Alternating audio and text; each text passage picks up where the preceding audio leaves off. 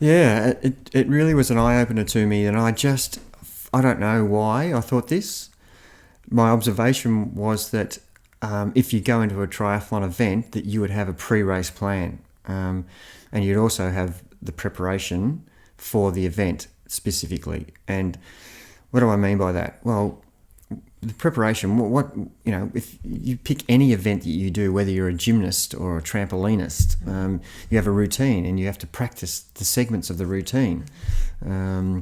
As a triathlete, you have 3 sports. You have swim, bike and run.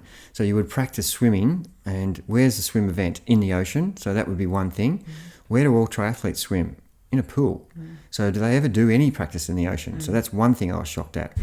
Cycling. So of course you need to be a reasonable cyclist. Are they practicing at the percentage of the race that they're going to do?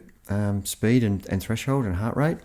And as a runner, have they just trained as a runner, or have they practiced how do you run in triathlon? You run off the bike. I was shocked at the people who don't train at all running off the bike.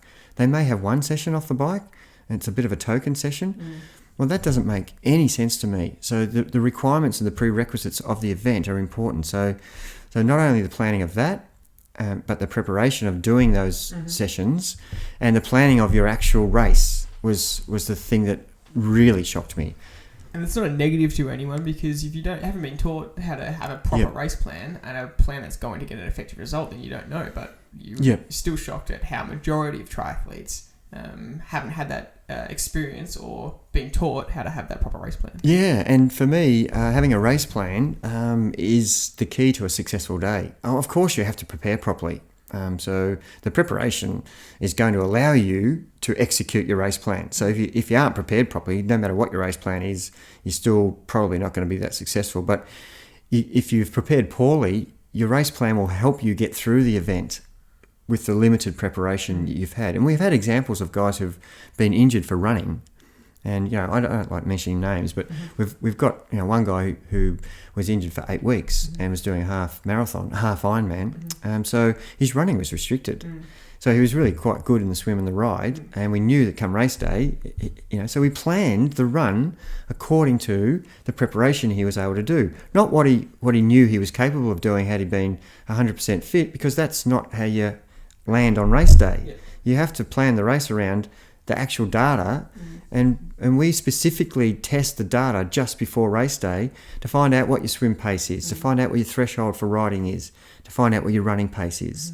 And we go into the race knowing all of those numbers, and it's like you having a whole spreadsheet of information whilst you're swim riding. Or swimming's not that easy to measure, but riding and running, you're getting instant feedback the whole way through the race. So I just could not understand how people could go into a race without having a plan, whether it be a bad plan or a good plan. Just having, I'm just going to go as hard as I can today. That's not a plan. That's just ridiculous tactic of preparing to fail.